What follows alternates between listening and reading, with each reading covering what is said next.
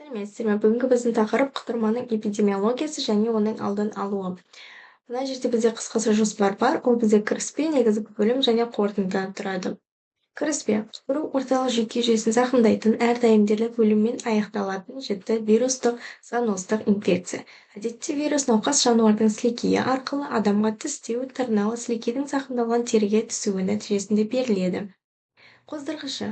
Оның қоздырғышы рабиес вирус деп аталады, түрі лисовирус түріне жатады. Қасиеттері: лабильді, ультракүлгін сәулеге, қызуға, дезинфекцияға сезімтал болып келеді.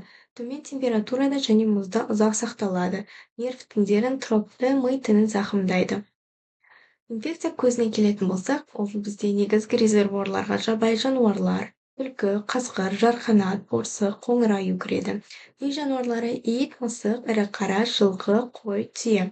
Эпидемиологиядағы ең қауіпті түрлері ол иттер 60-80 жағдайда және түлкілер табиғи ошақтарда кездеседі. Берілу механизмдері, жолдары және факторлары.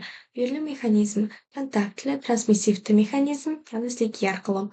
Берілу жолдары: тістеу арқылы, негізгі жол, тырнау, тері зақымдану және сілекейдің тиюі. Сілекейдің жараға, көзге, ауыз немесе мұрын шырышты қабатыға түсуі.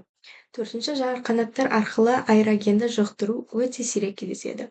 Берілу факторлері: ауру жануардың сілекейі, жараланған тері, шырышты қабат, вирустың жүйке бойымен жоғары қарай қозғалуы орталыққа бағытталған. Және келесі бізде сезімталдық. Адамда барлық жылы қанды жануарларда өте жоғары сезімтал. Инфекция дозаға және тістелген жерге байланысты. Мысалы, бас, мойын, бет өте қауіпті аймақтар болып саналады және оның инкубациясы қысқа. Қауіп-қатер топтарына ветеринарлар, мал дәрігерлеріндегі зертхана қызметкерлері, орманшылар, аулаушы қызметкерлер, ит аулаушылар, яғни мал шаруашылығында қызметкерлері, балалар, олар жиі итпен ойнап сақ болмайды, жабайы табиғатпен байланысты адамдарда болады. Әлемде және Қазақстан Республикасында таралуы. Әлемдегі статистика: жыл сайын әлемде 59 мыңға жуық адам құтырудан қайтыс болады.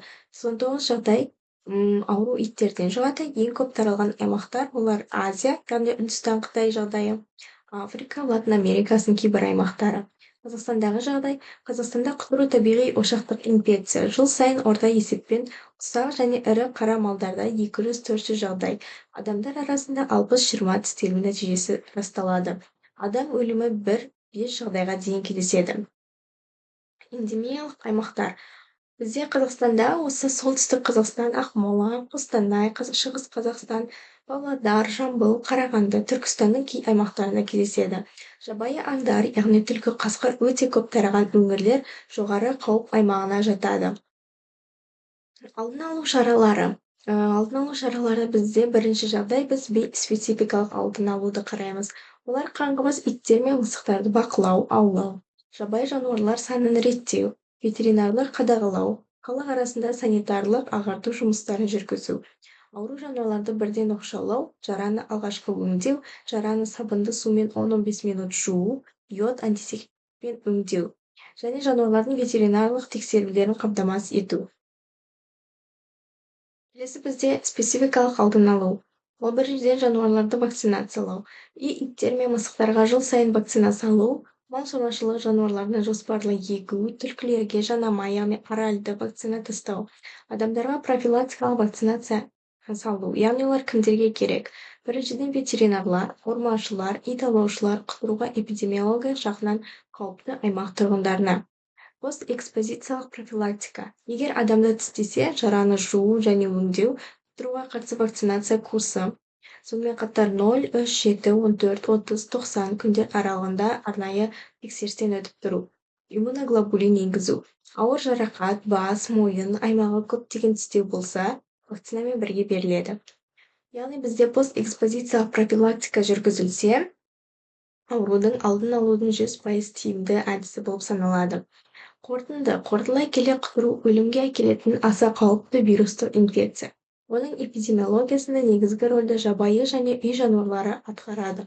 Инфекцияның алдын алуда жануарларды вакцинациялау, адамдарды қауіп топтарына байланысты жоспарлы егу, істеген жағдайда уақытылы постэкспозициялық профилактика жүргізу шешуші орын алады. Қауіпсіздік шаралары мен халықтың білім деңгейін арттыру құтырумен күресудің негізгі құралдарының бірі болып саналады. Назарларыңызга рахмет, және мында қолданылған әдебиеттер тізімі жазылған.